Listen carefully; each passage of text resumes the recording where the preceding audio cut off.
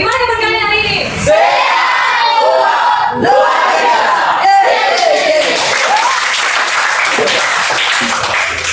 Bagaimana hari ini ada yang hadir? Ada yang hadir? Tidak. Kalau nggak hadir berarti kelas kita kosong ya kan?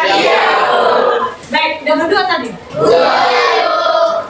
Nah, baik teman-teman, pada hari ini kebetulan kita akan mempelajari hal baru, yaitu tentang berpikir komputasional.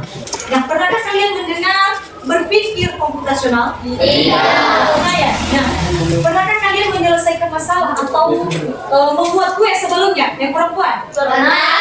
Yang laki-laki pernah menyusun buku? Pernah ya? Nah, di situ ada tahapannya tidak? Atau kita menyusun buku dengan rapi, langsung disusun begitu aja? Tidak. Nah, begitu juga dengan perempuan. Bagaimana membuat kue? Dalam kan?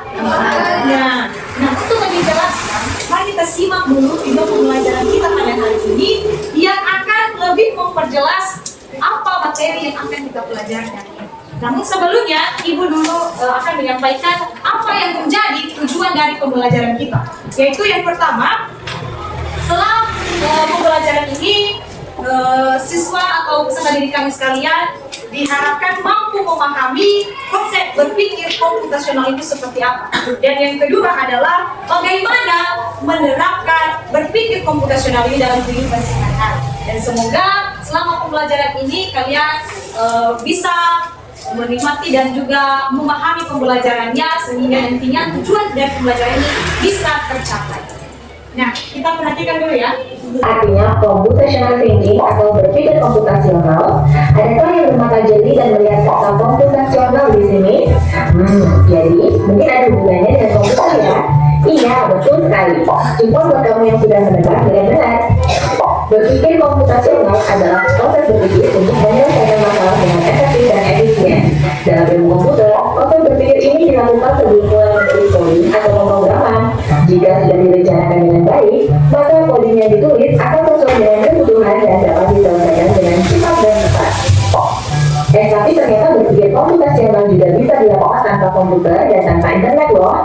Malah sebenarnya kita pun sudah menerapkannya dalam kehidupan sehari-hari, mulai dari membuat buku, mencatat tugas pelajaran, hingga menyiapkan tas untuk sekolah besok. Wah, kalau kita sudah bisa menerapkannya setiap hari, berarti kita semua sudah mahir dong. Belum tentu. Contoh-contoh tadi kan menerapkan berpikir komputasional pada masalah yang sederhana. Masih banyak nih masalah yang lebih kompleks, seperti misalnya mengatur keuangan bulanan, apa yang harus dilakukan kalau kamu tersebar di tempat baru, hingga memilih jurusan dan karir. Lalu yang lebih penting lagi, ketika kamu dewasa nanti, kamu akan menghadapi era industri 4 dan bahkan 5. Di sini kamu perlu kecepatan untuk memanfaatkan dunia digital, mulai dari mencari dan memilah informasi yang kamu perlukan, hingga menggunakan informasi itu untuk membuat keputusan penting dalam hidupmu. Menghadapi masalah kompleks kehidupan di masa sekarang dan masa depan ini mirip seperti merencanakan coding yang sudah dibahas sebelumnya. Kuncinya adalah memahami masalah dengan tuntas dan mencari cara menyelesaikan yang efektif dan efisien. Nah, kalau begitu, bagaimana agar kita bisa berpikir komputasional? Sekarang kita bahas ya, 4 landasan dari berpikir komputasional. Yang pertama, dekomposisi. Dekomposisi artinya membagi masalah kompleks ke bagian yang lebih kecil agar mudah diselesaikan. Misalnya, kamu ditunjuk jadi ketua panitia lomba 17-an, maka untuk memudahkan pelaksanaan, kamu bisa menunjuk panitia bagian acara, konsumsi, publikasi, keamanan, dan lainnya. Yang kedua, pengenalan pola.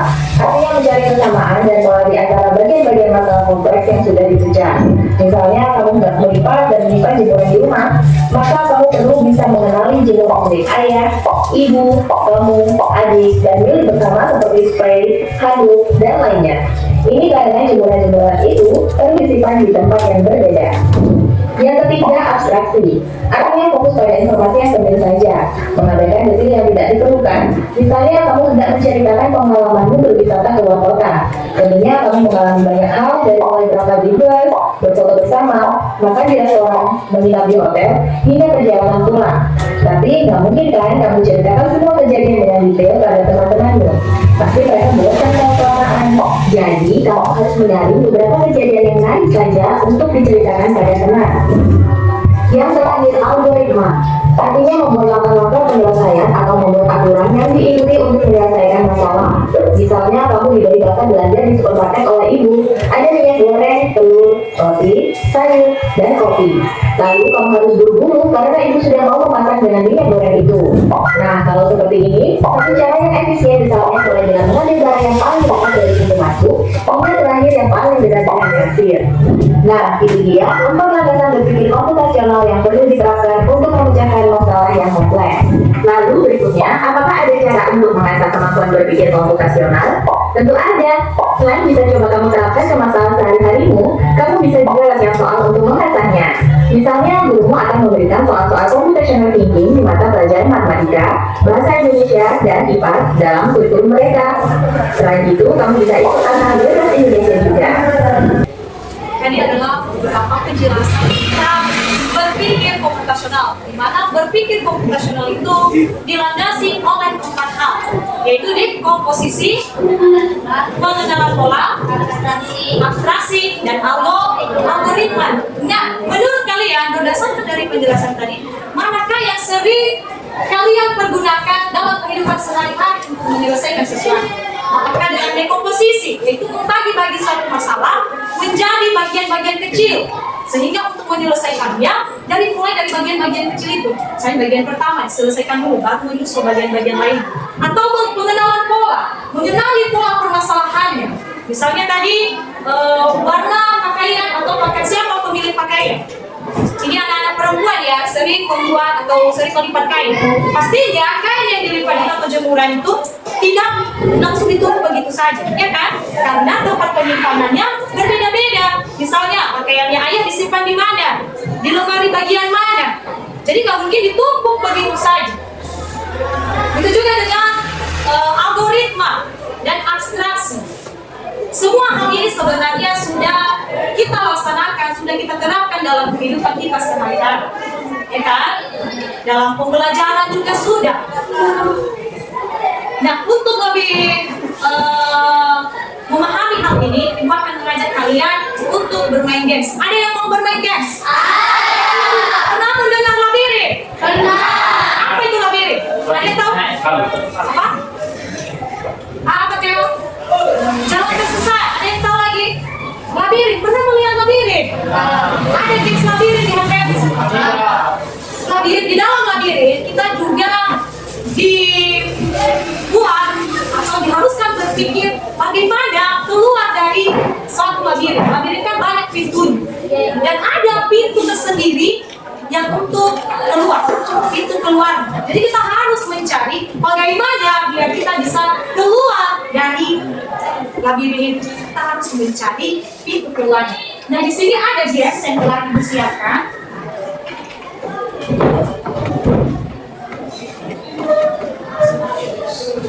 Siapa yang mau mencoba terlebih dahulu? Ada? Ayo. Ada? Tutup kelas, yo. Tutup kelas dulu ya, nanti yang lain begitu.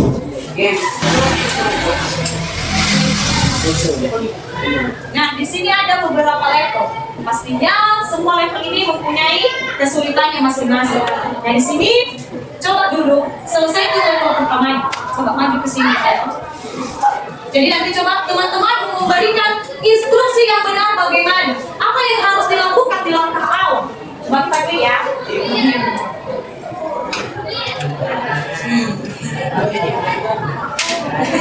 Nah, ini di sini ada yang namanya robot, ya, ini robot. Kemudian pintu keluarnya di sini, pintu keluarnya di sana. Kemudian petunjuknya juga, kumpulkan 2 koin emas dan temukan pintu keluar. Itu yang menjadi apa?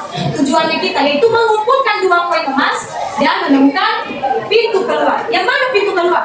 Ini, ya kan? Koin emas ada di sini dan juga ada di sini. Bagaimana biar kita bisa mendapatkan kedua koin emas dan juga menemukan pintu keluar? Silakan Deo, gunakan tombol di atas. Kemana dulu? Apa yang harus dilakukan terlebih dahulu? Kemana dulu? Kiri, kanan, atas, bawah? Kemana?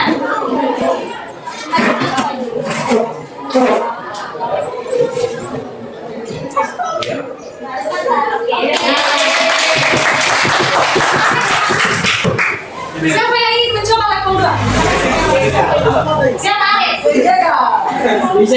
Bisa ya? Ayo sini Dela. Dela. Bagaimana level 2-nya juga?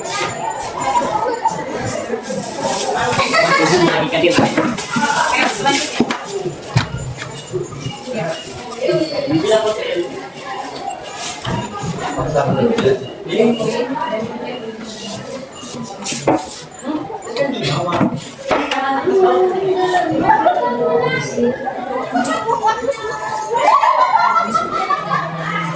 Kumpulkan 3 poin.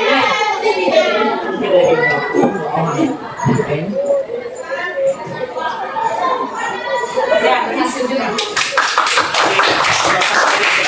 kita masuk ke selanjutnya. Siapa yang mau coba lagi? Jangan berhasil jabatan ada, ayo. Bagus nonton sana.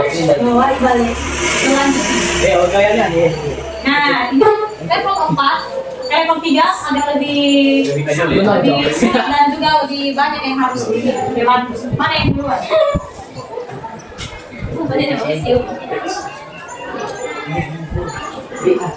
Nah,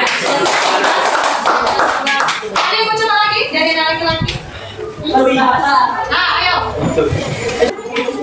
Nah, ini lebih banyak jalan-jalan yang harus ditemuin.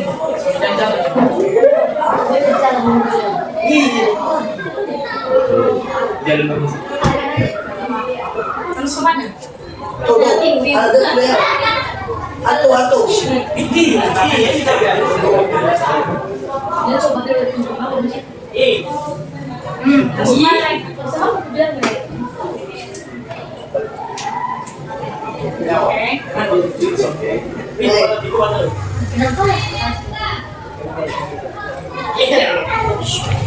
Nah, makasih Bapak.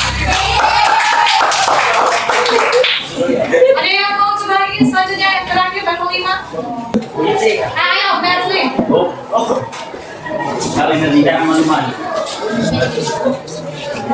Nah, gimana ini juga? Mana yang harus? Mana koin yang harus diambil terlebih dahulu?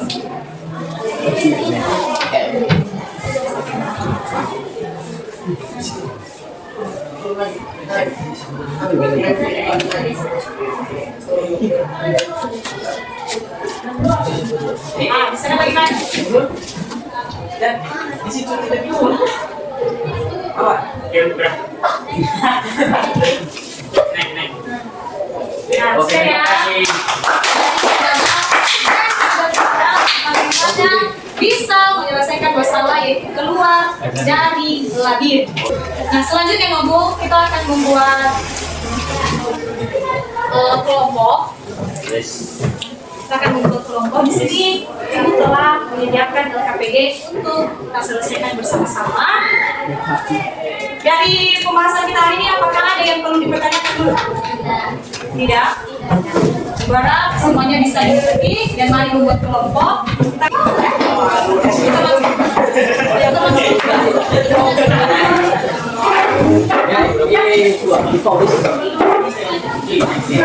Ada apa media?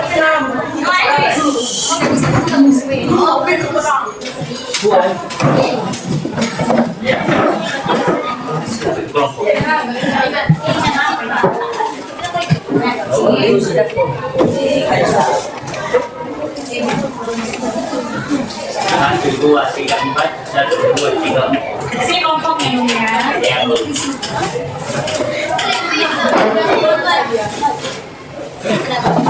Mana ketuanya tuh dulu? Satu,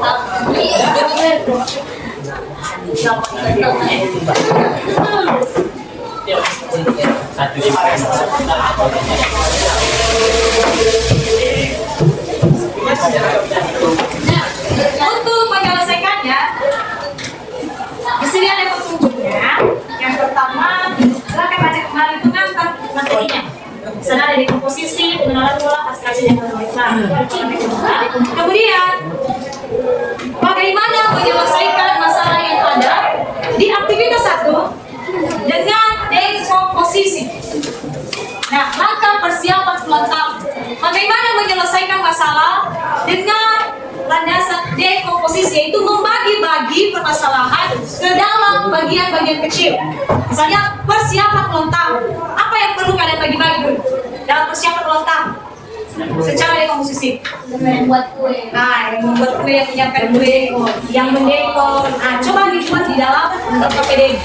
Kemudian aktivitas yang kedua, ini kita bagi aja ya. Ini nanti yang mengerjakan aktivitas 1. Ini yang mengerjakan aktivitas 2. Ini aktivitas 3. Dan ini aktivitas 4.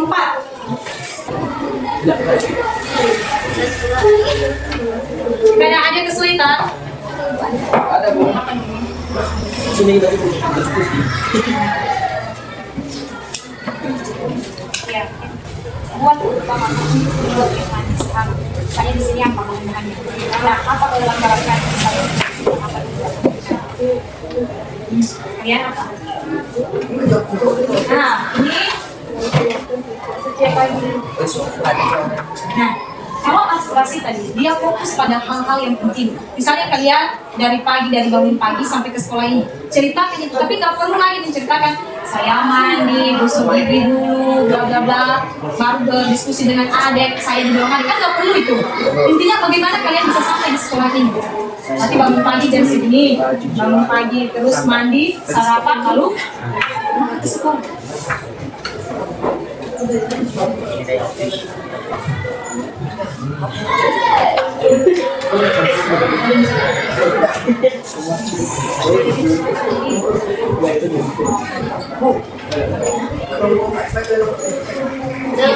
Ini yang mereka tanyakan. Kalian aktivitas 3 menceritakan bagaimana dia bisa sampai di sekolah. Hanya investigasi. Sudah selesai? Belum. Sudah. Siapa yang sudah? Nah, ayo kelompok 4 untuk mempresentasikan kepada kita hasil dari diskusi ini. Algoritma. Nah, silakan berdiri. Nah, silakan aja.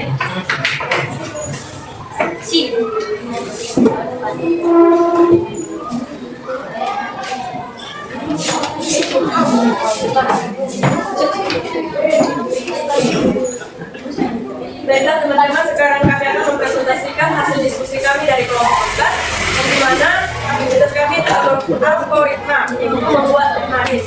Jadi langkah-langkah penyelesaiannya, yang pertama itu bahannya.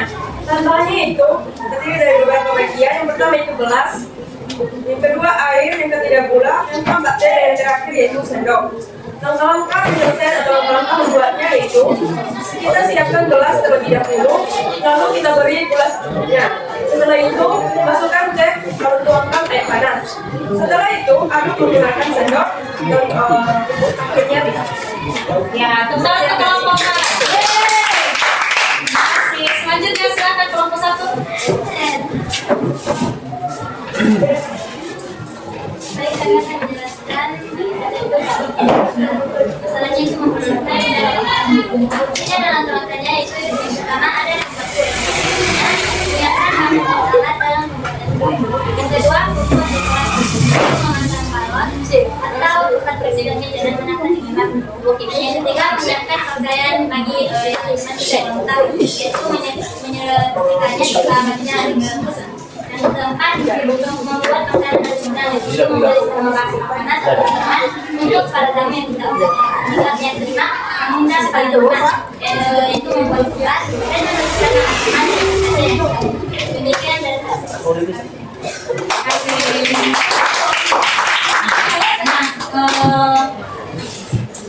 Siswa-siswa kami sekalian, jadi tema pembelajaran kita mengenai konsep berpikir komputasional ini. Semoga dari hal-hal kajian tadi yang kalian sampaikan, kalian bisa memahami bagaimana itu konsep berpikir komputasional. Jadi berpikir komputasional itu tidak harus dengan komputer, tapi bisa juga dengan aktivitas nyata kita sehari-hari.